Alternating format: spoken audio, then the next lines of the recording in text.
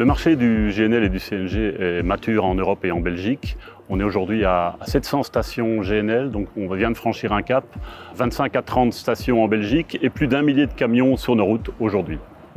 On a vécu une année 2022 assez mouvementée au niveau prix, c'était la crise énergétique. Aujourd'hui, les prix sont revenus à un niveau raisonnable et donc le marché du GNL reprend sa place et on sent une nouvelle dynamique aujourd'hui sur ce marché.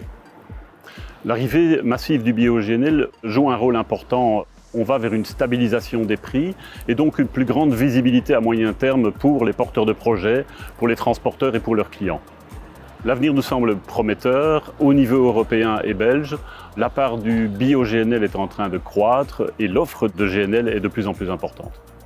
Ce qui manque encore aujourd'hui, c'est une clarification de la réglementation européenne, également belge, donc il faut que la certification des gaz verts soit simplifiée. Il faut certains signaux positifs en matière d'équité en termes de technologie, en termes de nouveaux carburants sur le marché.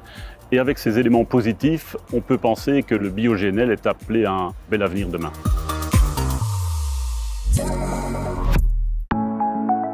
De transportsector werkt volop mee aan de energietransitie. Als ontwikkelaar, constructeur en distributeur van bedrijfsvoertuigen vervult Iveco in de sector een pioniersrol in deze omslag. De enorme prijsstijgingen voor gas tijdens de energiecrisis in 2022 vormden voor het bedrijf wel een extra uitdaging. In de praktijk voelen we wel nog steeds de impact van 2022 om nieuwe investeerders in biogas of bio-LNG en LNG te overtuigen om in dit verhaal in te stappen. Maar sinds 2023 is er zeker beterschap. De prijzen zijn sinds de lente enorm gedaald, waardoor het TCO-verhaal terug positief is geworden. En zowel de transporteurs als de LNG-leveranciers hebben ons aangegeven dat de volumes LNG-verbruik gestegen zijn. En we zien ook dat de LNG-trucks terug aan het rijden zijn. Ook grote transporteurs vormen een cruciale schakel in dit transitieverhaal. Door voor hun vloot geleidelijk aan over te schakelen op gasmotoren, effenen ze het pad voor de rest van de markt.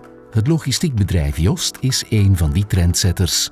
Jost est un grand player de la logistique et du transport multimodal en Europe, avec presque 3000 personnes, 1700 véhicules moteurs et 4000 véhicules tractés et un espace d'entreposage un peu partout en Belgique de 650 000 m². Ce qui nous occupe aujourd'hui, c'est les futurs moyens de propulsion.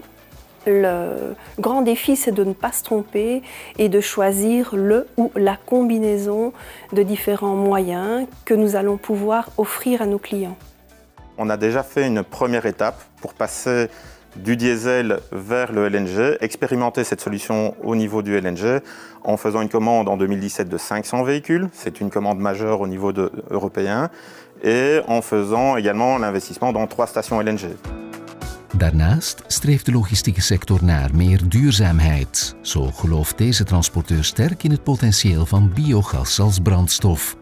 Le bio-LNG va clairement jouer un rôle très important dans le futur parce que c'est la solution d'avenir pour pouvoir décarboner le secteur du transport par route. La demande des clients se fait de plus en plus présente, le marché s'organise de mieux en mieux, il y a de plus en plus de disponibilité et on se rend bien compte également qu'au niveau de la production, il y a de plus en plus d'offres. Ook Iveco merkt de toenemende interesse in biogas. Het ziet er een essentiële bouwsteen in voor de duurzame energiemix van morgen. Een belangrijke trend dat we zien is in de grote markten van Europa groeit de vraag naar biogas om daar hun vloten te verduurzamen. In de Benelux is die groei iets vertraagd, maar we zien wel ook een stijgende interesse in biogas. Voorlopig ligt de focus vooral op elektrificatie en waterstoftechnologie.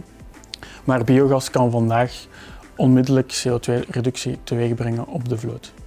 Daarom is dit potentieel een belangrijk onderdeel van de verduurzaming van de transportsector.